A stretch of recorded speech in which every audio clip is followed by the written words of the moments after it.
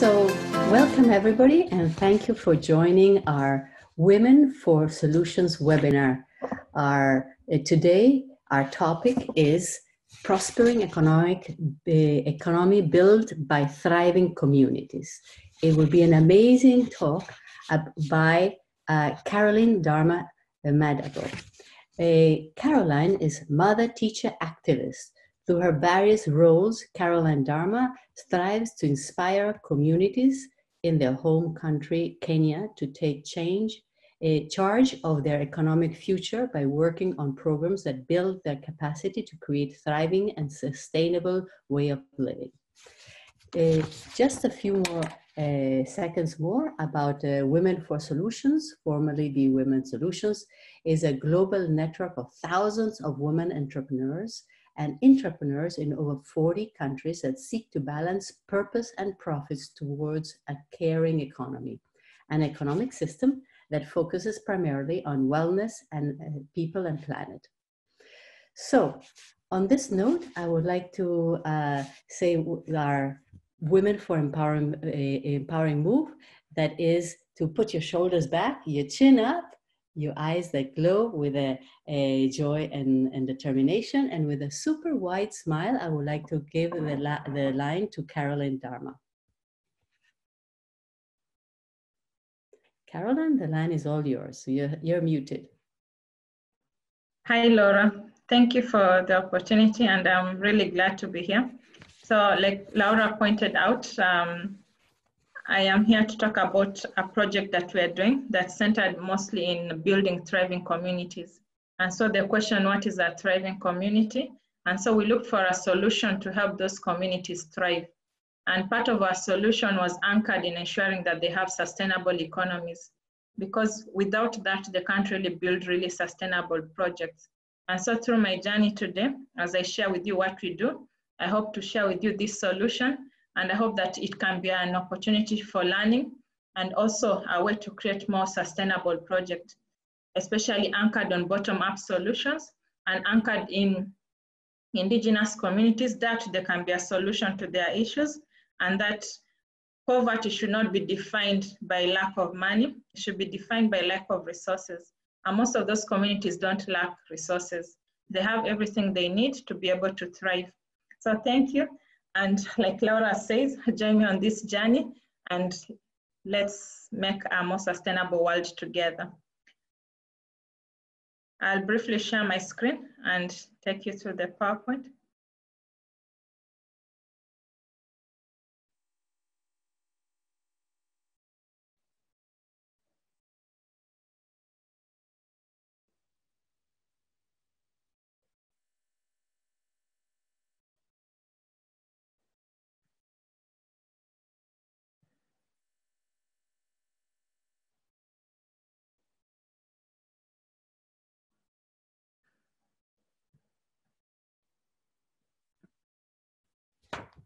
Okay, all good? Yes, we are good. Like we said before, prospering economies are built by thriving communities. And like I asked, what is it for a community to thrive? And so my organization, Grassroots Economics, works in Kenya with various communities, mostly in rural areas and in peri-urban areas. And most of these communities for a long time have been food insecure. And it's not because of a lack of resources or a lack of capability. They have a diverse network of goods and services to offer the community. But for some reason, every day they can barely get by. Like you can see on the screen, it's an example of the diversity. There are people that can offer services, there are people that are going to their farm. And so it's a huge network. But we are telling them that they can't survive just because they don't have a piece of paper, and that's money. So money is a tool that was created to be a record of exchange, unit of value. And for some reason, we are using it to be able to live out a huge part of the world's population, such that they can barely meet their basic needs. If you look at most of the challenges that we are facing today, unemployment, exclusion, inequality, economic shocks, poverty, climate change, and now COVID-19, I think it's obliging us to rethink how we do business, because a large the needs of a large group of the society are not being met by the conventional money markets, nor the state. And the issue is, for a long time, we are thinking that all the solutions lie with the state and big corporations, and yet most of the solutions lie within the community itself. And so I hope that to show you what solution that we came up with. When we went to these communities, they were doing large-scale environmental projects, but we saw that you can't really have good and sustainable environmental project without the economic aspect of it. But what would that economic aspect look like? So we would come up with maybe ways to dig cisterns so that people can access water, would give them water, would give them material so that they can dig in their farms. But there are some fundamental questions that we weren't asking. We weren't asking people, are you eating 3 square meals a day? Is your child sick? Were you able to take your child to the hospital? Are you making enough savings? Is your small business thriving? And so the question is, as we go to these communities and we come up with solutions, is there a way we can come up with a way to empower them that helps them, one, make daily payments in a reliable way, helps them to access credit that can also be reinvested into their small-scale income generating activities, or that can help people save their cash so that they can make future investments and respond to unforeseeable risks. Because like right now, the biggest risk, COVID, no one really knew about it. But for some reason, we did not build the resiliency of the communities. Most of those communities didn't have cash or resources that were there to help them really go through the period. And so what would this solution look like? And then we had to come up with a financial service that met their needs and that was delivered in a responsible and sustainable way. So through our different learnings in different parts of the world, we came across community currencies. So the question was, how would we bring that tool down to the people in a different cultural context? Because people have heard of like the Weir in Switzerland and others, the Buxton Pound. This is a tool that was serving communities for the communities, and it helped them through different times of economic shocks in their countries. Could this tool also work for our communities in a different cultural settings? So for those who don't maybe know about community currencies, I'll give a brief background. They are essentially alternative means of exchange, and they are usually tied to a specific demarcated limited community, and they can be business-based, what we call mutual credit systems. So essentially, it's the community trading credit with each other. Some people call them also promissory notes. What's a promise note? For a community, a promise note essentially is a promise that the community is making with each other. It's a promise that the community is saying, just because you don't have money doesn't mean you should go hungry. I promise that if you come to me, you have a need, I will give it to you, as long as it's within my power and it's a resource that's within the community. As long as you promise that the next time me or any other person in the community also has a need, you'll be able to meet it. So we looked at the tool of money as a record of exchange, and we created a voucher system that worked as a mutual credit, or what we call promissory note.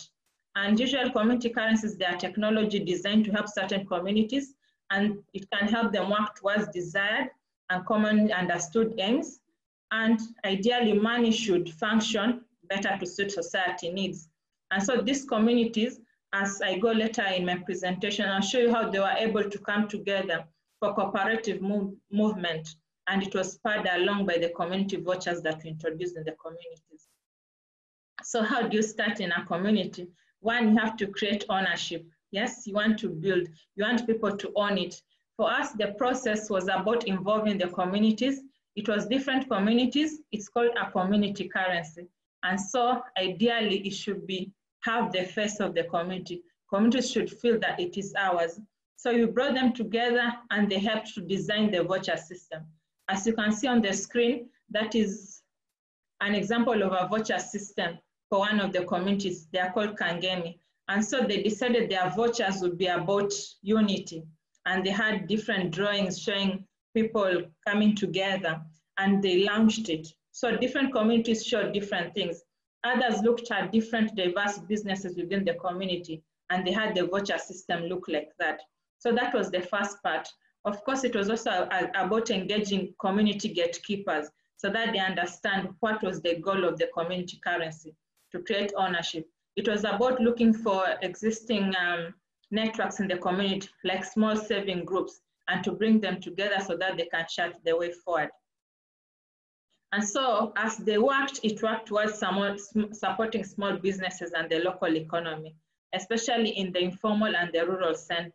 So the businesses or schools would join a network and they would receive an initial credit rating.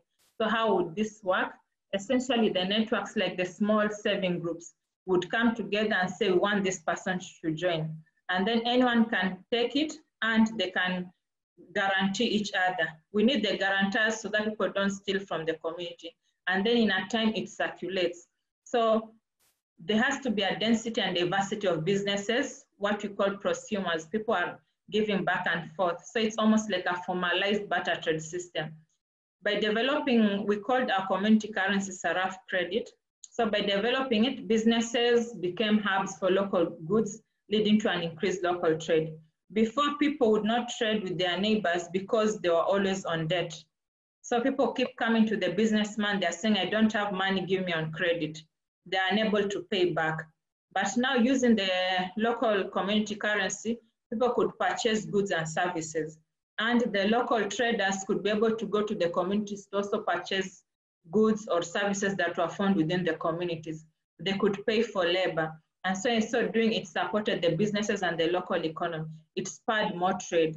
Because with community currency, we saw that in the initial research, it resulted to more customers. Apart from that, it resulted in more marketing. Most of the time, large enterprises that set up within the economic art, the local communities tend to be extractive. They do business, make profit, and then leave the community and go set up elsewhere. And then in so doing, they take out value from the community. By introducing a community currency, you encourage people to invest local because it can be used only within that community.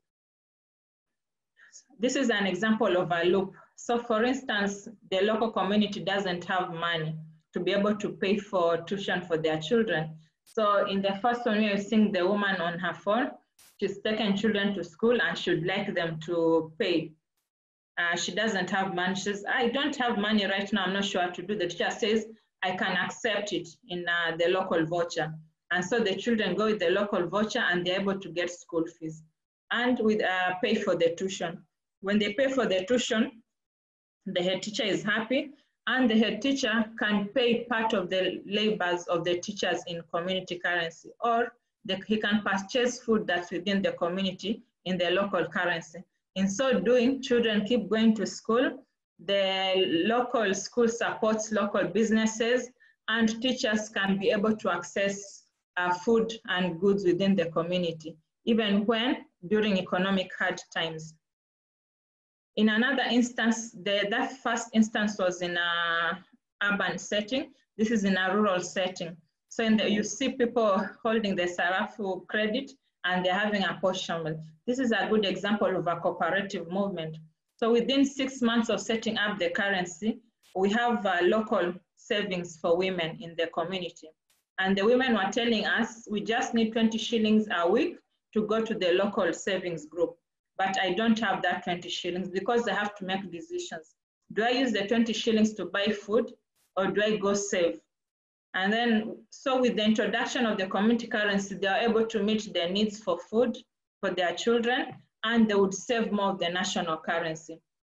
The more they kept saving, the more they were able to make more informed decisions. And so one time the women called us, they're like, we've made savings and we'd like to build a posho mill because it's a need within the community. Most of us women are walking 10 kilometers to look for a posho mill. And so through that, they're able to set up the first posho mill, and they got matching funds. Instead of having a diesel powered one, they got an electric power one. Another enterprise that was set up was a coconut oil press. This one, communities that don't have money can come to the oil press. They can sell their nuts and they can buy oil using the community currency. We're also able to set up a Sarafu credit supermarket whereby goods and services could be bought from the supermarket. All that as a result of saving. And all of these small businesses are businesses owned by the community, which means that when you give people an access to aware that they can meet their goods and their daily needs, basic needs every day, and they're able to make more savings. They invest more in local businesses. Excuse me. With more investment in local businesses, there's more creation of employment opportunities. And so the community thrives, the local community. So the first, when we started was a voucher system. Of course, it had its own limitations because it was a paper voucher system. When you have a paper voucher system, people ask, how do you track impact? How can you know people are using where they're supposed to? And then when it's a paper voucher system, it's supposed to expire every year. And so we are supposed to print papers. It's easy, maybe you're having 20 members. What if you have 16,000, 20,000 members? It's not cost effective to have a paper voucher. And so we decided to do a digital voucher system. And it was leveraging on the blockchain technology. Why blockchain technology? It helped us track impact. So on this slide, I show you an example of trade in a day. And you can see different communities trading. So with the blockchain, you can't tamper with it. So what the community is using the token for is what you'll see there. And so you can see they spend mostly on food, labor, charity, environment, labor, retail, water, which means that the community currency does help create employment. The community currency is helping people who are food insecure to be able to access food. It also has gender impact because most of the women are the ones who go far to look for food. And so it's really adding value to women in the community, especially when it comes to them coming up with small thriving businesses that add value to their life. Having a digital token also means that you can see how the community is spending at what time. You can see when there is a sharp rise of community currency usage, and you can question why. Most of the time, it goes counter-cyclical with the national currency. So you can almost tell when people don't have money, they use more of it, which means that it's filling a gap in the community. Ideally, in those times when there's sharp usage, people maybe wouldn't have had money. They would have come up with coping mechanisms. So instead of eating 3 square meals a day, they'd say, okay, I'll eat only 1 meal a day because I don't have money. But now with a complementary system whereby they can have also the community currency, they can be able to access food whether they have money or not. So here you can see the total spending. Can I ask you to go back to that previous slide and mention where is there the government money here in the slide, just to know? No, this shows the different communities. Oh, different communities, but not just to understand if the value of the local of the national money is in there. That's okay. Just a question. Oh no, we didn't do a comparative. It was just comparative between community currency users for different communities. No, perfect. Yes, Thank you. Sorry for the interruption. No worries. And here we try to show how they are spending their sarafu. So for instance, they spend, majority of it is on labor and food. And that speaks a lot. So without the community currency, a huge part of the population would not be able to get employment. Because when you go to the local shop and you say, I don't have money, they're like, okay, I want employment, I can help you. The shopkeeper says, I don't have money. But no, they can be able to do that. It's good for women also, especially rural women who don't get a chance, who are not literate or have been left behind to take care of children, but they have skills to offer. And so they can get another woman that's going to work. She needs a child to be taken care of. Before, the woman wouldn't be able to pay, but now the woman can pay in the local currency and the woman can also go access food elsewhere. Also in terms of creation of employment for youth. The biggest usage, of course, is on food, which speaks a lot to how it spurs food security within the communities. Because these people, before they wouldn't be able to access food. And then you see general shop, health, education, energy, and others. And when you go to food, we also looked at food. What are they spending most on? Vegetables, farming, water. Water is important because there's a time that they were spending so much on water because there were issues in the community. And they were able to take this data and go ask for resources to be able to put in piped water, to be able to come up with a big system whereby they could do a lot of rainwater harvesting. So it speaks to when you have a digital voucher system and have access to data, you can make data-informed decisions. And it will be easy to do interventions in these communities because you can see where is their concern. Do I support them more on food, or do I support them in creation of enterprises so that there's more labor? And so it helps in making better data-informed decisions. Most of our impact has been community currencies thrive on trust. And so you're seeing this 77% in trust, increase in gifting, environmental activities, school attendance, and decrease in crime and corruption.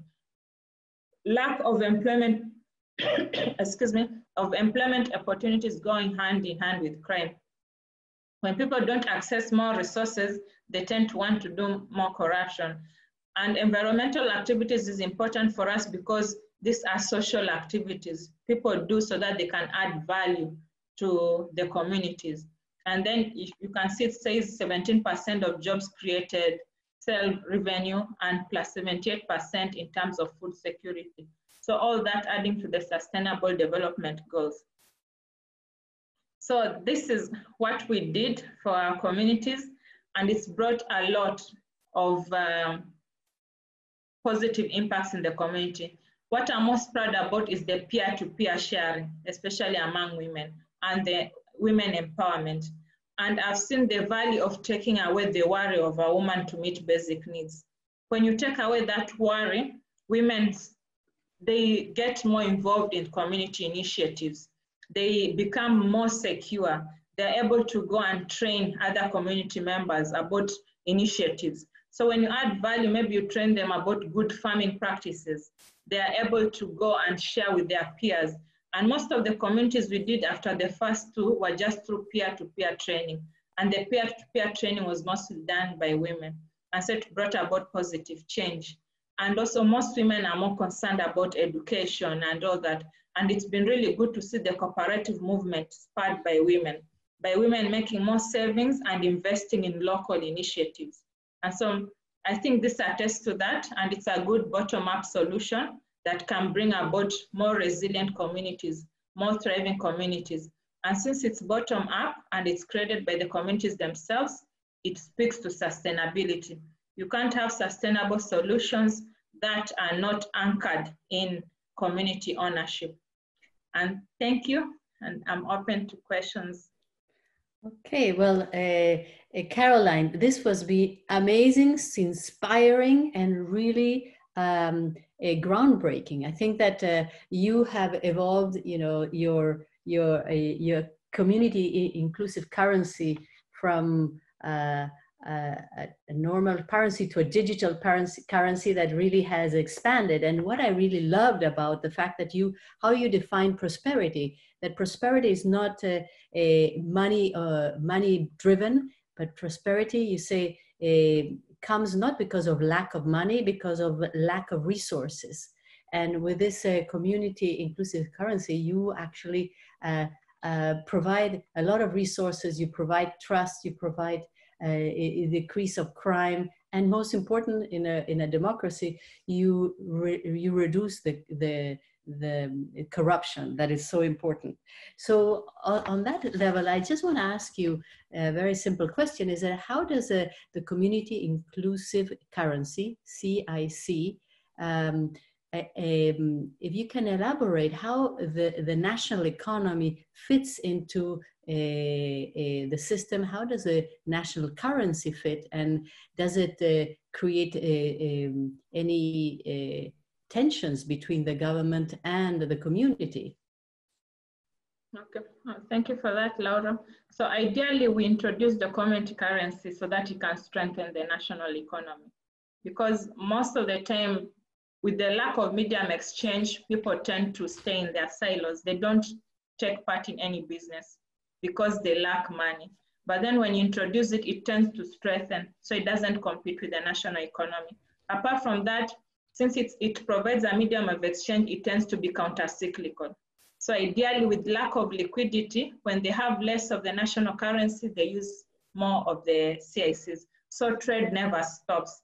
What I like most about the community inclusion currency is the ability to spur savings, and savings that are later, especially we've seen in our communities, that are later lead to investment in small-scale businesses, because it's about the small businesses for local communities. It's not about the big enterprise. It's about us building the small businesses that are not extractive, that will build the community. Well, that's very interesting. And so then, does it the CIC just stays in that community itself, or can other community use the currency or the CIC of another community, or how does it work?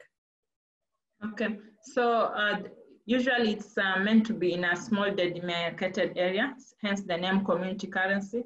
But sometimes people open them up to be complementary currencies, and they tend to bring in their neighbors. And so it's open. When we started with the voucher system, we tended to have them stay in just particular communities. But then with the digital, different communities can trade with each other. So it can open up. It depends with what are the goals of that particular community.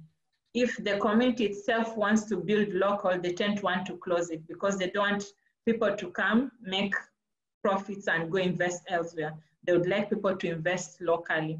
And so it depends with the overarching goals of the communities. That's interesting. So basically, like microfinance, when it was built 40 years ago, was based on social trust, but yes, it was based on money. So would you say, how would you differentiate the differences in the evolution from microfinancing that now it's a $80 billion industry versus local communities? And because one is based on trust and money, and the other one is based on trust, but no local money, not government money. Yes, I think we've had inequality in the world is not changing. In fact, it's becoming wider. And when Mohamed Yunus coined the idea of microfinance, I don't think he intentioned for it to become, he really wanted it to be something local. But for some reason, it grew and became something else, and it became also an enterprise that went against the idea of building local and the people that are really facing the inequality. And so I think the biggest difference is that community currencies tend to stay local, because one good example is the Buxton pound in Britain.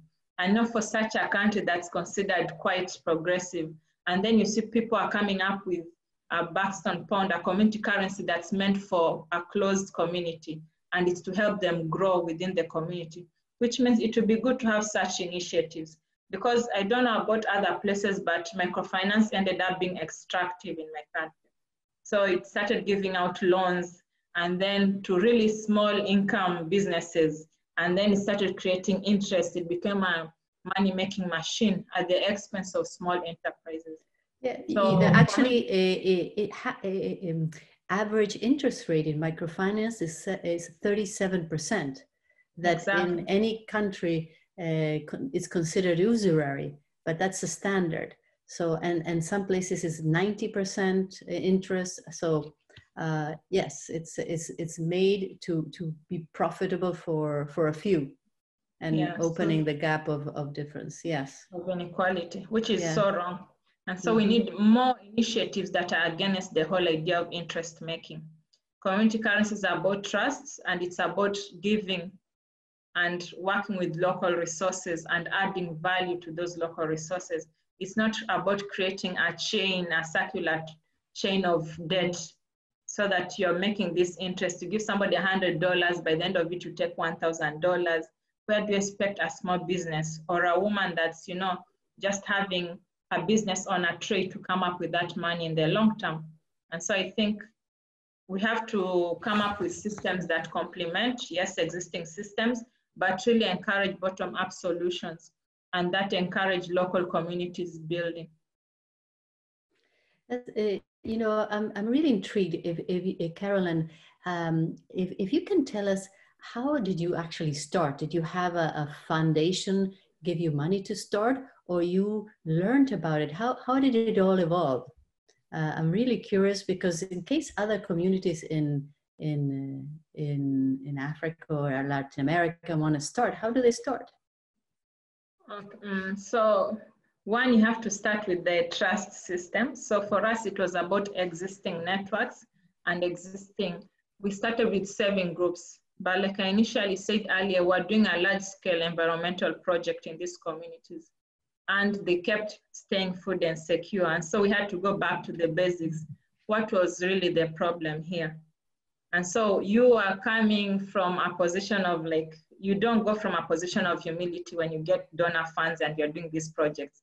They're like, the donor said this and we want this done. You know, you don't ask small questions that were really the problem. And so we had to go back to the basics and ask ourselves, are we really building sustainable projects? And are they solutions that are coming from them, or are they solutions that are coming externally? And so we saw that community currencies tend to be about solutions that are coming from within. And so we introduced it in the community as a way to be able to be a complementary system to the large-scale environmental and food security projects that we're doing. We started small with the saving groups for women, just 60 women, and they grew. So one of those communities had 60 women, and they were doing the small saving groups. And since it was based in trust, they're the ones that brought others in. And then in the end, in that community, we have up to right now 8,000 people. It's rural, but it grew from that. And it was also about organic growth. It wasn't about us telling them, add that community, add that other community. The more the community grew, the more they wanted diversity in goods and services.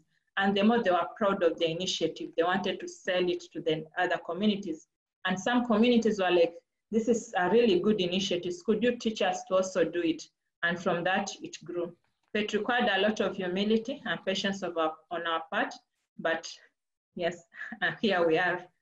That's amazing. So, I mean, so what are the incentives for people to say, well, I'm gonna let go of the government currency and do the CIC in general? What makes it? What is a motor to make it work? I think first incentive is that it's complementary, and that it can circulate alongside the national currency, and then it's local, so there's a whole lot of ownership. And then the biggest thing that communities tell us is that I am able to save, because sometimes we just use all our money just meeting basic needs. But then if I'm able to access some of those needs within the community and save, that's for them is really empowering. Saving brings about resiliency. It means that when you come, there are shocks that come, you can be able to deal with them better. Saving means that I can add value to the cooperative movement in my community. We once had a research and we asked people, what do you like best about the community currency?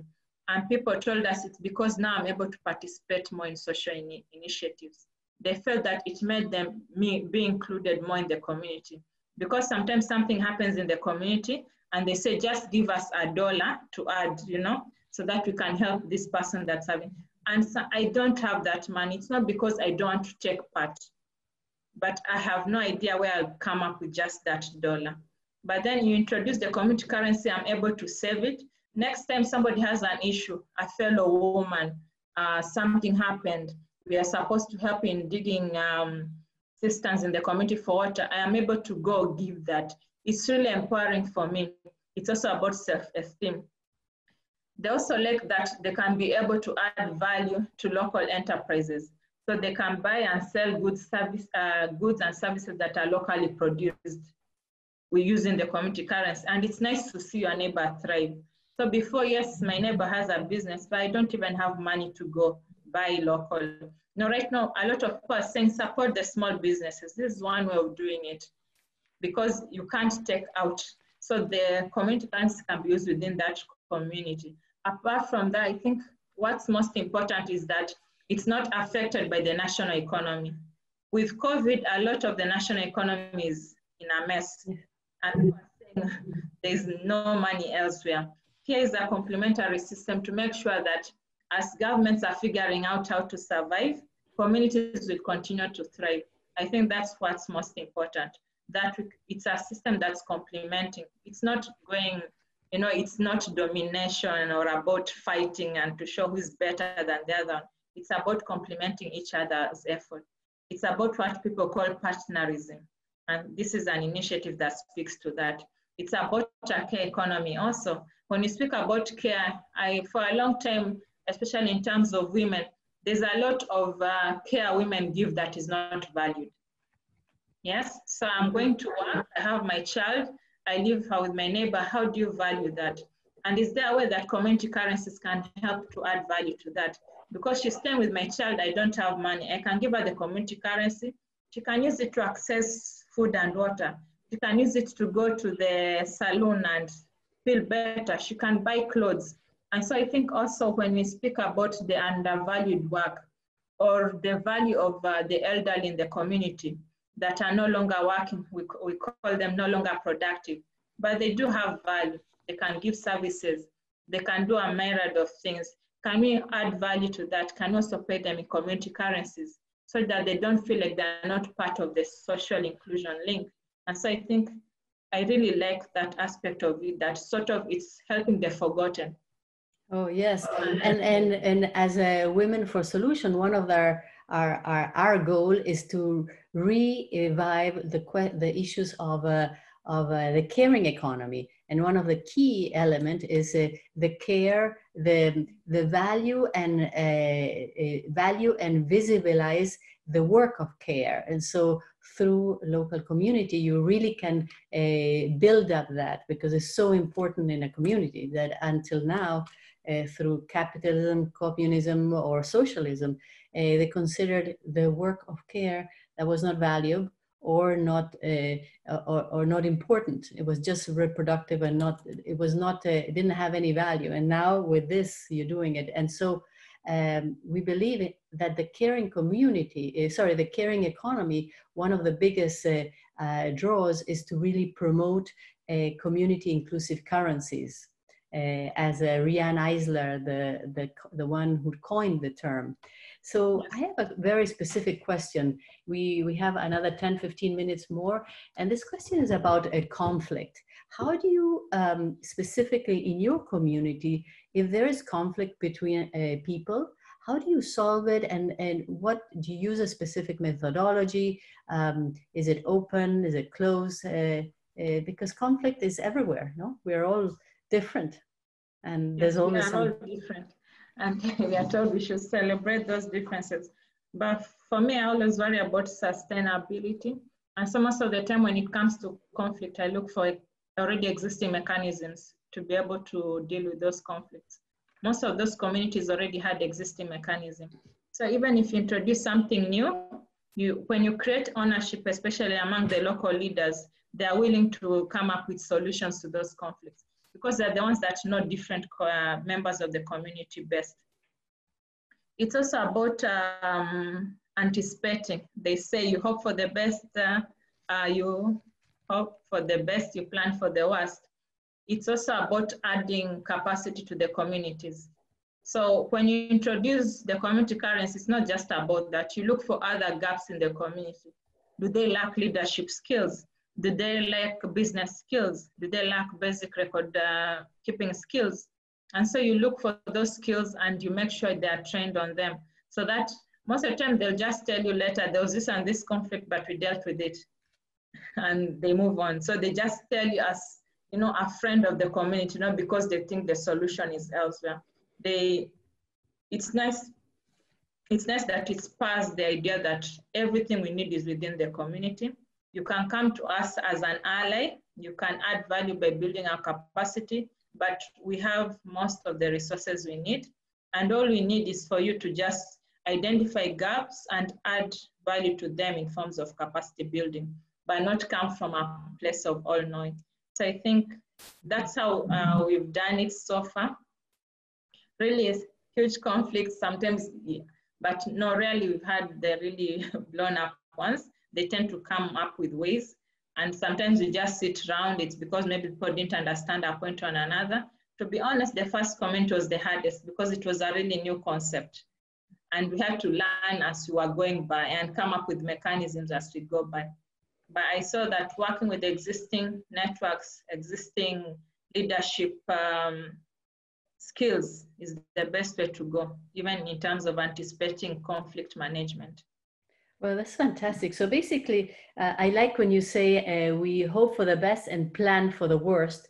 Yes. And so basically that way you hope prevent conflicts.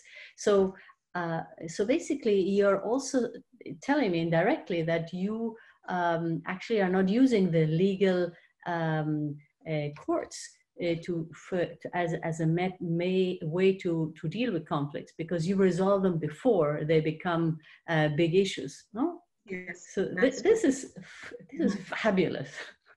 Because I'm sure that people, when they have a conflict, if they talk it through and they discuss it, they get to a conclusion. They don't need to scale it up and make it into a problem that is solvable, that a judge that doesn't really know all the details Yes. decides it. And you say also that crime goes down. So basically, there's less need of the court system because of less crime and jails and all the things that are very negative for a society, the expenses of a society. So the community can really stand up for itself. No? This is Yes. really amazing. And do you also give training to the community about the concept of trust and the metrics? And because many might not have a cell phone or are aware of the internet, so how do you get the knowledge on the system going? So yes, when I say capacity building, it entails all that. So even when you do leadership skills training and group dynamics training, you have to include the concept of trust. What does it look like? And what games do you bring? And it's nice that you point out that people don't have access to internet, especially in rural areas. And so it's about meeting them at their point of need. You don't make it complex. You can spend time really reading the content, but then you go do it, and it has to be as visual as possible, because some of those people, they can't write in books, but you have to get the content across. So it means that you have to be very flexible, and you have to be able to adapt to different communities, but make sure the knowledge gets across. When you talk about cell phones, when we went digital, we had issues, especially with the communities that couldn't read and write, because it entailed about using a phone, although it can work on basic phone. So it was really hard for us, because you can imagine you've come up with a solution and it's digital. Somebody can't read and write, and they walk almost 2 kilometers to look for somebody to read that message. And so you ask yourself, is this tool creating more problems, or is it making their life easier? And so it required also flexibility on our part. It meant that in some instances, we had to use both have a digital and a voucher system that was paper-based, so that the communities could be able to access that tool. Some communities can't get electricity, so the phone is on once in a while. And so these are issues that you come and you find a solution to them. And it's important to know each community is different. You can go to one place and do a training and it's super easy. You go to another community and no, it doesn't work for them. And you have to be okay with that and look for something that fits them. I think that that's the power of the community currencies. It can work based on their own goals, not based on what goals you want for the community. And they can design it in a way that suits them, not goals that come from outside. This is fantastic. Maybe when did community currency start as a mechanism to override the money itself? And so that's a question. I'm very curious. And why is it that there's is the government putting barriers so that it's only in small communities? Can it scale to large communities? At least in Kenya? I think it can. I can share with you a few history of it. in some, especially the Weir and the Buxton Pound, they've been there for a long time. And so if you look at most of the central banks, the ones like the Federal Bank and all that, they have in them that they're supposed to encourage such things because they inspire trade and they help in the goals of the larger economy. I think for some governments, they don't like it based on how you introduce it to the community. If you introduce in a way that this is domination and competition, then of course they'll be like, no, we don't want that. But I think it's a good tool that I think there's a country that almost went to the community currency and then later on went back to the national currency. And that's a good thing about it. Because when you say counter-cyclical, if people are going through a recession, there's high inflation, why not the government introduce a tool for the people to go on with their lives and then they can go back to the national system?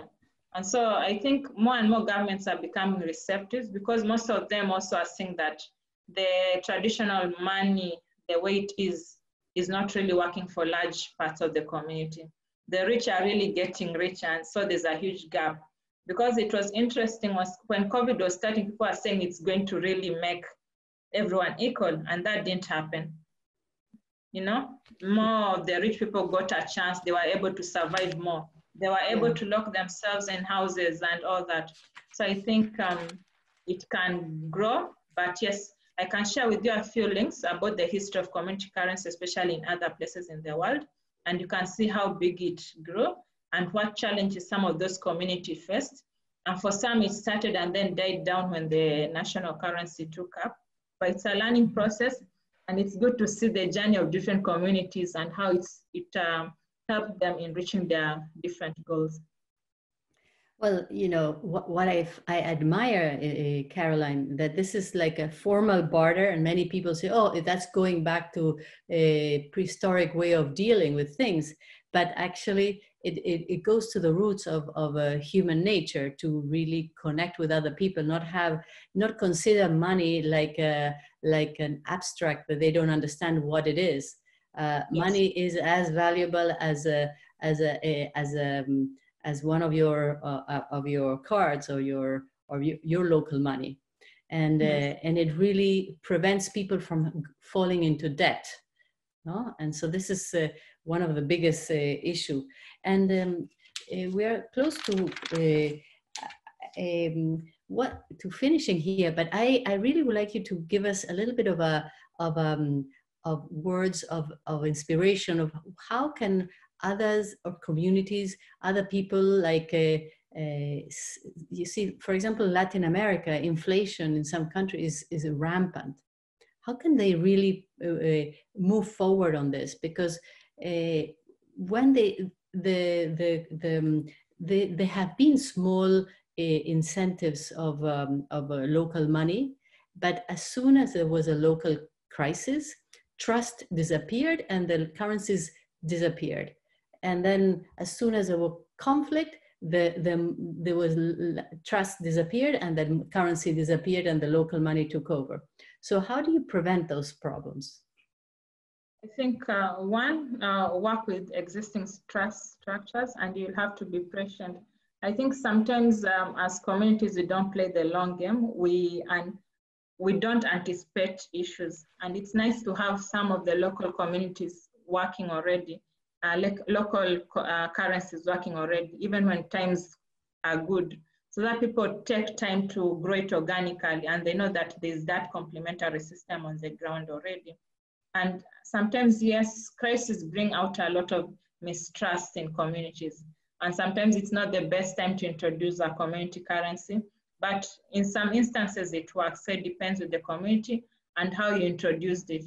So for me, I'll say work with structures that are already existing, they already show trust, and then give it time for the community to grow it itself so that it's not something forced. And so the trust is not being enabled from outside, the trust is being enabled from within, and it always works that way.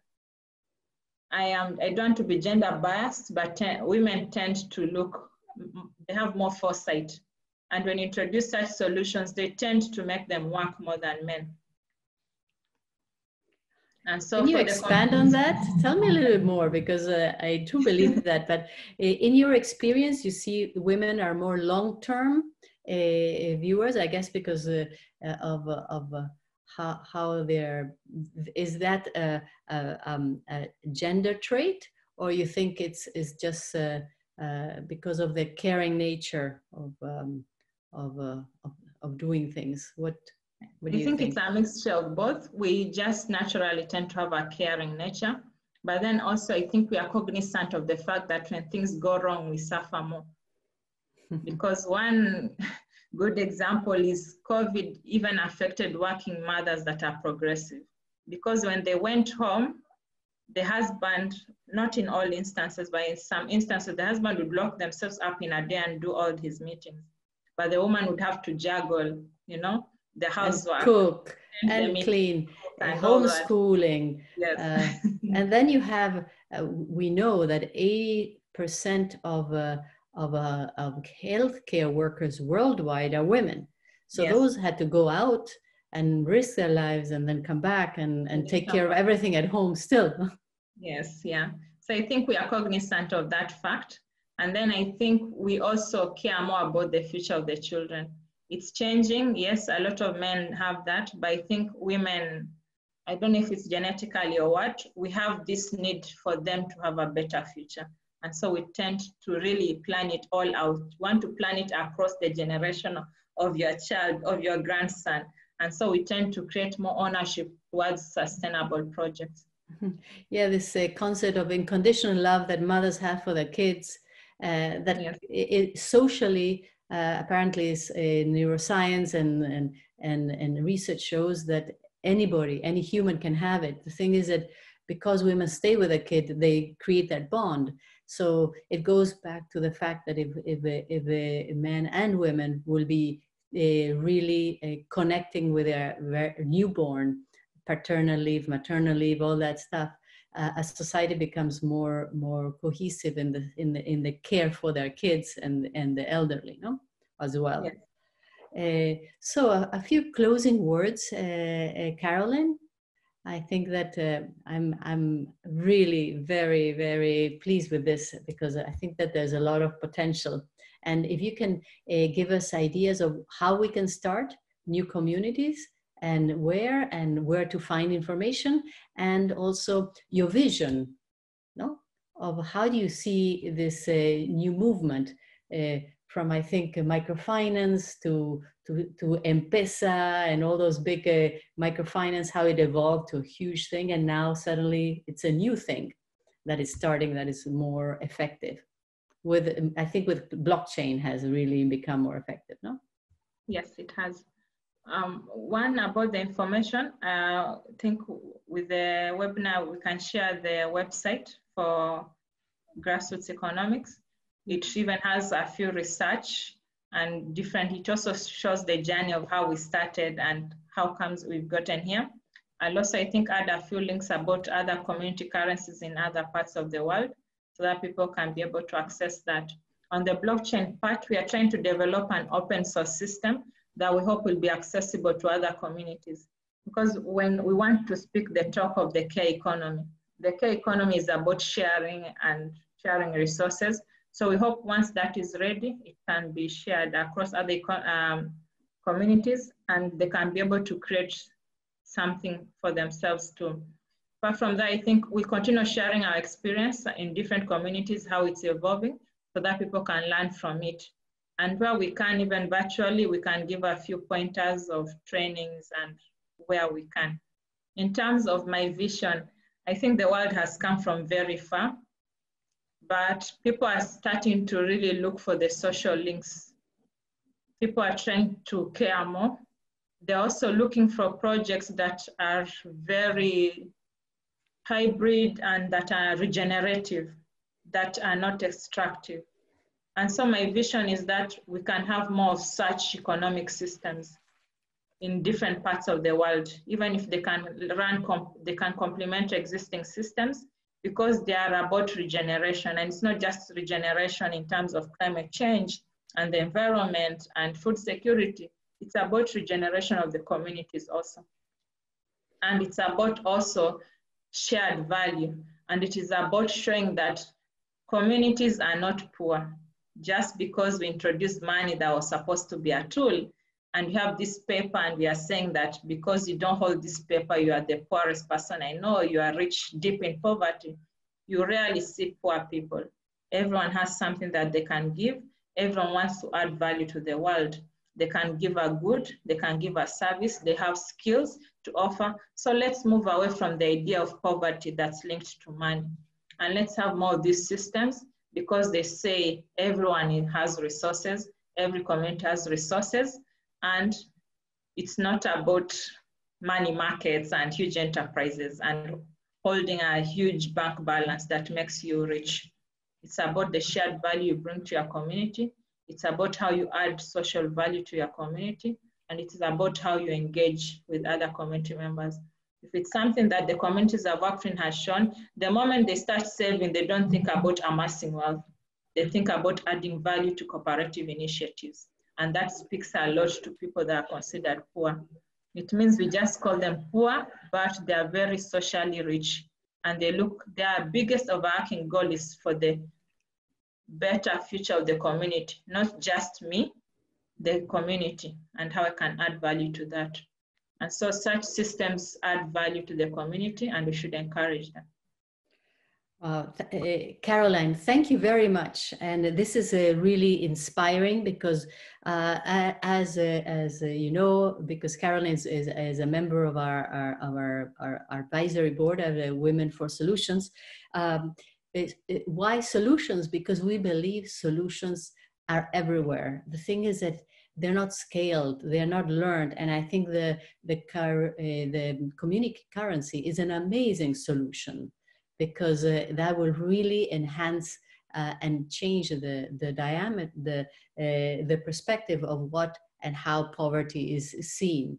And I really think that this tool or methodology can be implemented in so many places, especially now during and post-COVID, will be an amazing solution for many. On that note, as Women for Solutions, what we believe is that we need to act now. So I would like you all to get a pen and a piece of paper, and in the next few minutes, write down 3 things that Caroline has inspired you, has innovating things that what can you do to expand or scale whatever she said, and ideas. Maybe in your community, this could be a solution. Maybe tell a friend, share this recording with other people, and then it's going to come out in a few days. I truly believe that there's a lot to do, and it's a question of the solutions are right behind our backs or in front of our eyes. And so on that note, I would like to thank everybody for participating in this webinar, and especially for Caroline for your incredible, inspiring initiatives and go for changing, especially the gender balance that you're mentioning. Thank you very much.